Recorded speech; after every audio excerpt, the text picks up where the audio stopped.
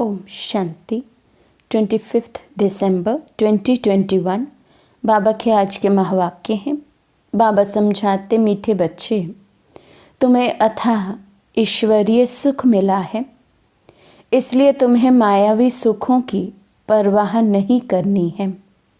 वे सुख कागविष्टा समान है। तो बाबा कहते मायावी सुख, इस दुनिया के जो अल्पकाल के सुख हैं, वो उसकी हमें परवाह नहीं करनी है, इच्छा भी नहीं करनी है, क्योंकि ईश्वर से हमें अथाह सुख मिल रहा है, अविनाशी सुख मिल रहा है। प्रश्न है, बाप की सर्व बच्चों के प्रति एक ही आश है, वे कौन सी? बाबा समझाते, मेरे सब बच्चे अच्छी रीति पढ़कर तख्त नशीन बने अथवा बाप के कंधे पर चढ़े। बाबा देखते हैं कौन कितना अपनी खुशबू फैलाता है। बच्चे में कोई बदबू तो नहीं है, तो बच्चों को भी ऐसे पुरुषार्थ में लग जाना चाहिए। कभी भी कर्मेंद्रियों से कोई उल्टा काम नहीं करना चाहिए। तो बाबा की आश है हम सब बच्चे तख्त नशीन बन जाएं, कोई भी विकारों की बदबू, कमी कमज़ोरी की बदबू हम में नहीं रहे, हमेशा हम अपने रूहानी खुशबू फैलाते रहें। गीत है, बदल जाए दुनिया न बदलेंगे हम। ओम शांति। इस गीत का थोड़ा तात्पर्य बाप बतलाते हैं। इसमें कोई बदलने की बात ही नहीं। बच्चे बाप को कह नहीं सकते कि हम आपके बच्चे नहीं हैं, परंतु कोई समय बदल जाएंगे। वैसे बच्चे कभी बाप से बदलते नहीं हैं। बच्चे तो है ही, परंतु कुटुंब से जुदा हो जाते हैं। अब ये तो है बेहद का बाप।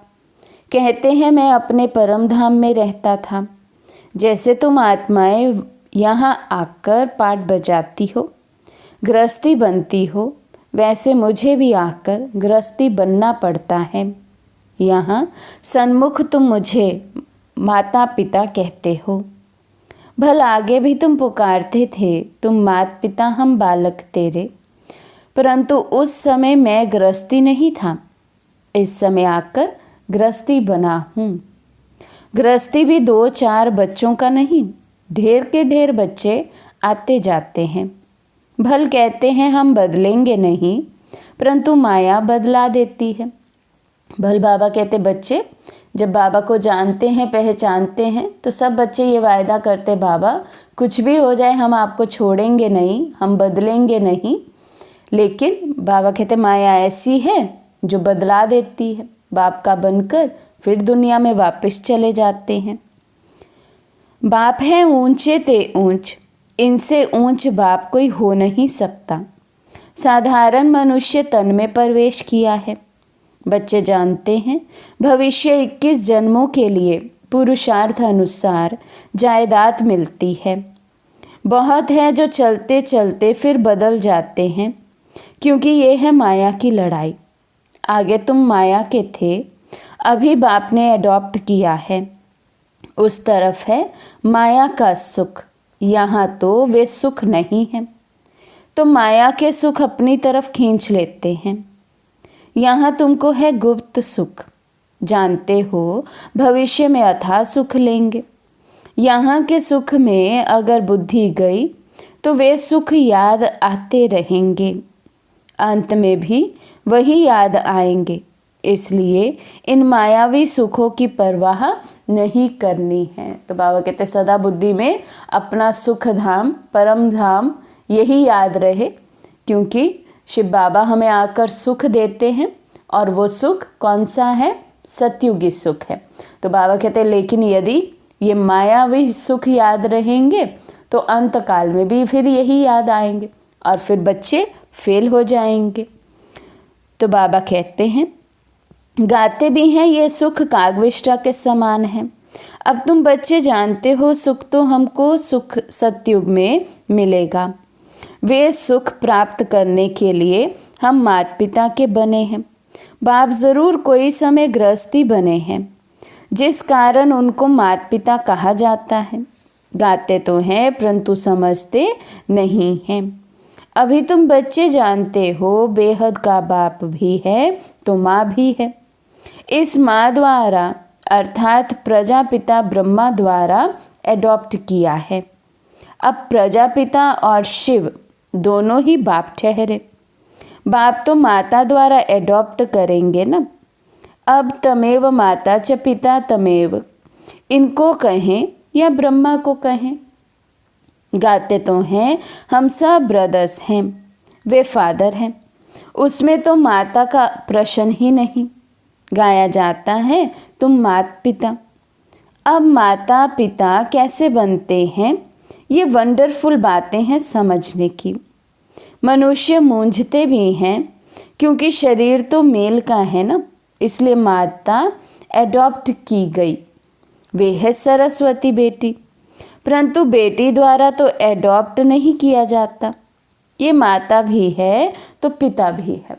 ब्रह्मा बाबा के लिए शिव बाबा समझा रहे हैं ये माता भी है तो पिता भी है, तो इसलिए माता पिता कहा गया है। तो शिव बाबा पिता और ब्रह्मा माँ हुई।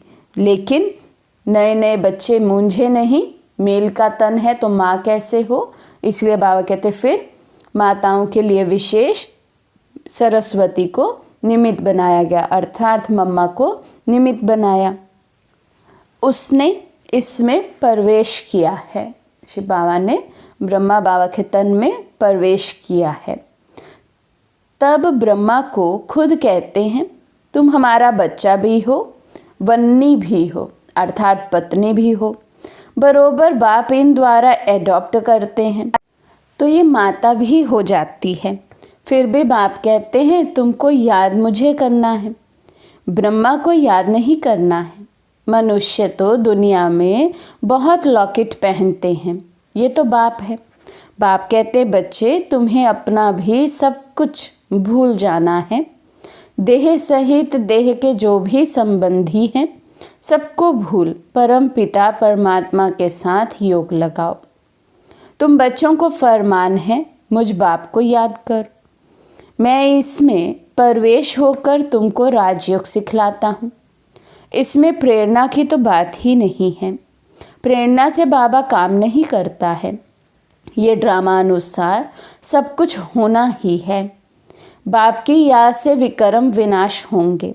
बाकी किसी देहधारी को याद करने से टाइम वेस्ट हो जाता है। दूसरे के साथ बुद्धि योग लगाते हो तो गोया बाप से ना फरमान बरदार बनते हो। यदि हमारी बुद्धि में एक बाप के सिवाय कोई और आया तो बाबा कहते जैसे कि ना फरमान बरदार बनते। भगवान ने ऑर्डर किया, फरमान किया है और उसको हम नहीं मानते हैं। बाप को याद करने में मेहनत है, इसमें ही भूल होती है। बाप कहते हैं तुम हो आशिक, चलते फिरते मुझ माशूक को याद करने का पुरुषार्थ करो। गीत में भी भगवानुवाच है मामेकम याद करो। देह सहित देह के सब संबंध छोड़ अपने को आत्मा समझो। ये कौन कहते हैं, शिव बाबा या श्री कृष्ण? किसको याद करना है?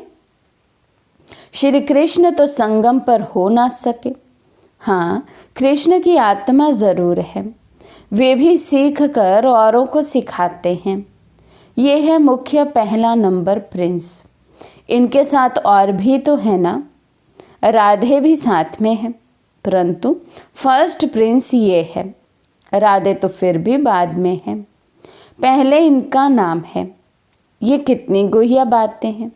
इसलिए बाप कहते हैं मुख्य एक ही बात को उठाओ। गीता कृष्ण ने नहीं गाई, कृष्ण को भगवान नहीं कह सकते। इस बात में ही सारी बात है जीतने की। एक बाप ही ब्राह्मण, देवता, क्षत्रिय ये तीन धर्म स्थापन करते हैं। पहले डीटिज्म, फिर इस्लामिज्म, बुद्धिज़्म, क्रिश्चियनिज्म, बस। और छोटे छोटे धर्म तो बहुत हैं। सदगति होती है गीता के भगवान द्वारा। सर्व का सद्गतिदाता बाप है। सर्व का जगत गुरु भी एक ही सतगुरु है। सतगुरु अर्थात सद्गति करने वाला। ये सबको अच्छी तरह समझा सकते हो। जो बाबा की मुरली निकलती है, सब स्टूडेंट्स को हक है मुरली अच्छी तरह पढ़ने का। जिनको मुरली का शौक होगा वे 3-4 बारी मुरली ज़रूर पढ़ेंगे। मुरली बिगड़ तो कुछ सूझना ही नहीं चाहिए। सारा दिन बाबा कहते ज्ञान का मनन चिंतन चलता रहे, मुरली के पॉइंट्स अंदर में चलते रहे। मुरली के सिवाय कुछ और आना ही नहीं चाहिए, बुद्धि में सूझना नहीं चाहिए। क्योंकि मुरली सूझी, मुरली का मंथन चला, मुरली की याद रही तो मुरलीधर स्वतः ही याद रहेंगे। इसलिए बाबा कहते जिन्हें शौक होंगे वे स्वयं भी इसकी स्टडी करते रहेंगे। 3-4 बारी कम से कम भी मुरली रोज़ पढ़ेंगे। मुरली को कोई 5-8 बारी अच्छी रीति पढ़े तो ब्राह्मणी से भी ऊंच जा सकते हैं। सबको अपनी उन्नति करनी है। अच्छी रीति पढ़ने की बाबा बात कर रहे हैं। केवल मीडिया के माध्यम से सुन लेना वो काफ़ी नहीं है, वो स्टडी नहीं। स्टडी माना हम पूरी मुरली नहीं भी अगर पढ़ सकते तो उनमें से कुछ ऐसे पॉइंट्स हम निकालें जिनको दिन में हम बार बार पढ़ते रहें। पूरी मुरली भी पढ़नी है तो केवल एक नज़र घुमाने वाली पढ़ाई की बाबा बात नहीं कर रहे, डीप स्टडी करने की बाबा बात कर रहे हैं कि गहराई से हम मुरली की स्टडी करें। तो बाबा कहते 5-8 बारी भी मुरली पढ़ ले, अगर अच्छी रीति पढ़ ले तो नंबर 1 जा सकते हैं। बाबा कहते हर एक को अपनी उन्नति करनी है। वास्तव में ब्राह्मणियाँ है मोस्ट ओबीडियंट सर्वेंट। कोई की अच्छे खान पान तरफ बुद्धि गई तो मरने समय भी वे याद आ जाएगा।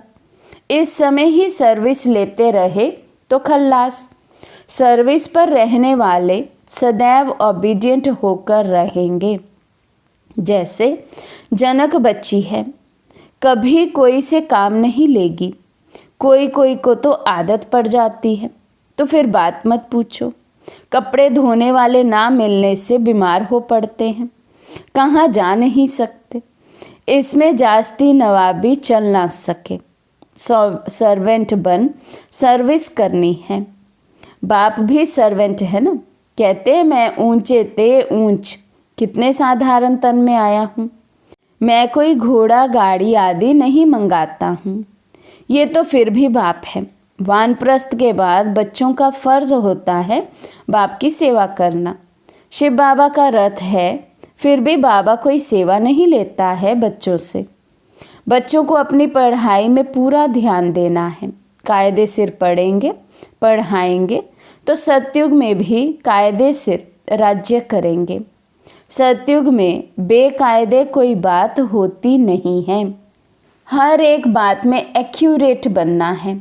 हम विश्व के राजकुमार राजकुमारी बनते हैं तो वे मैनर्स यहाँ सीखते हैं। कृष्ण की कितनी महिमा है, महाराजकुमार। बाप से भी कृष्ण का नाम जास्ती है। राधे कृष्ण के माँ बाप कोई इतने मार्क्स नहीं ले सकते हैं जितने राधे कृष्ण लेते हैं। ऊंची पढ़ाई ये है, सबसे जास्ती मार्क्स कृष्ण लेते हैं, परंतु जन्म तो फिर कहाँ लेना ही पड़ेगा।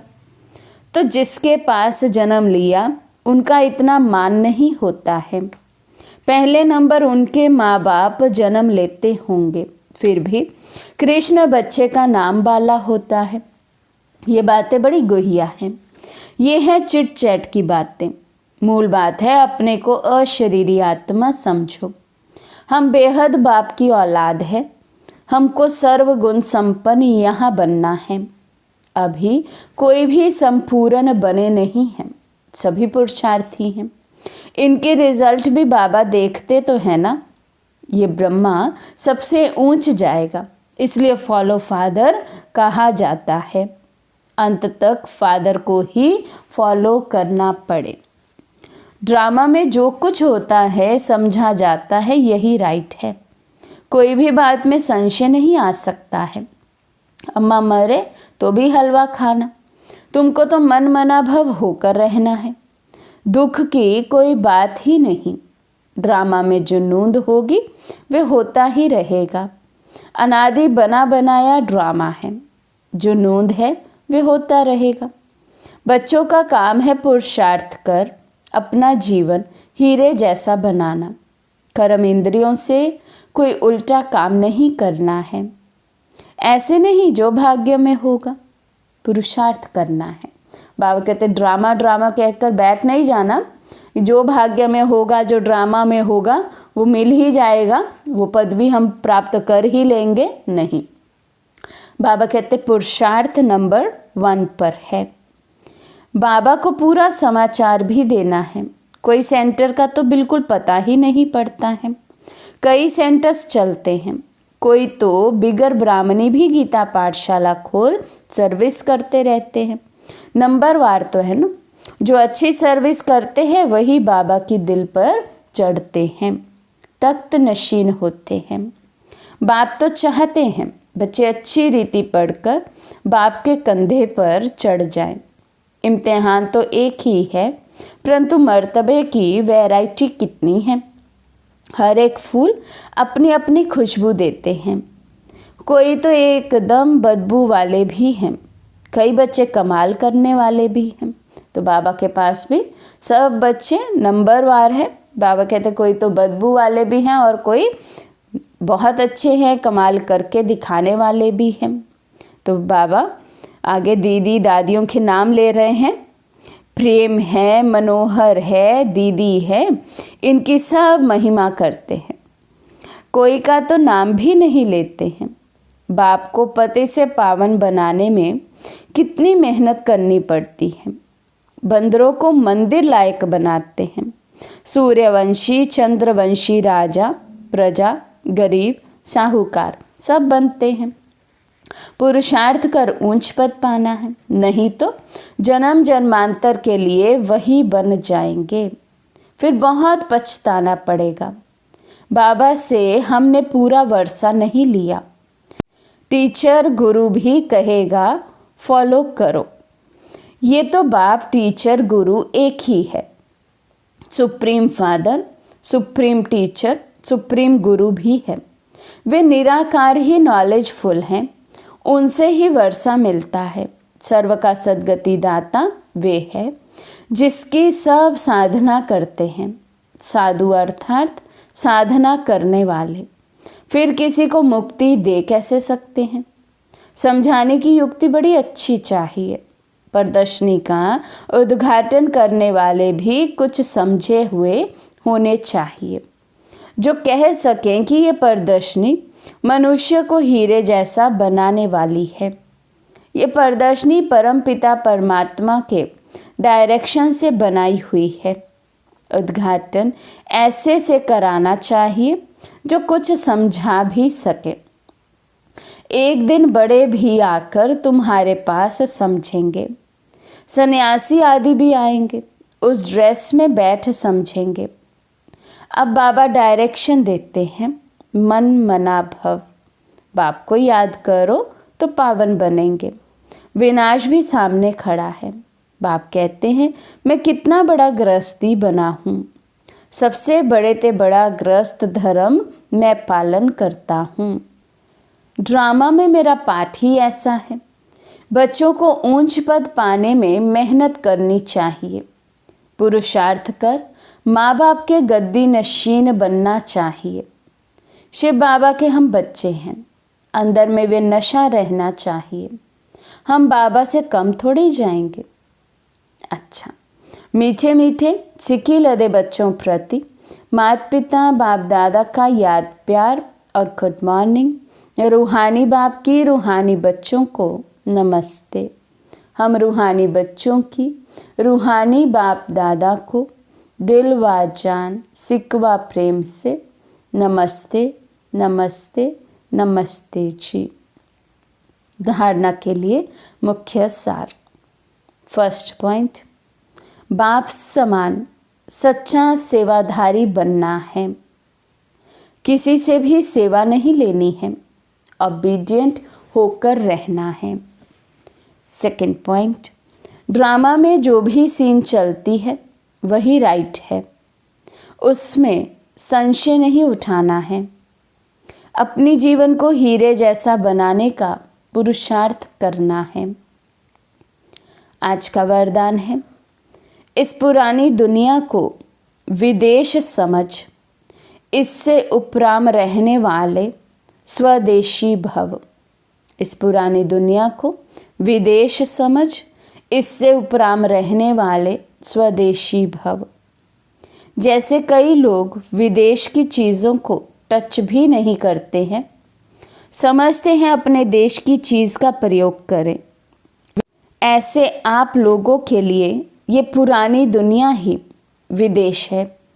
इससे उपराम रहो, अर्थात पुरानी दुनिया की जो चीज़ें हैं, स्वभाव, संस्कार हैं, उनकी तरफ ज़रा भी आकर्षण ना हो।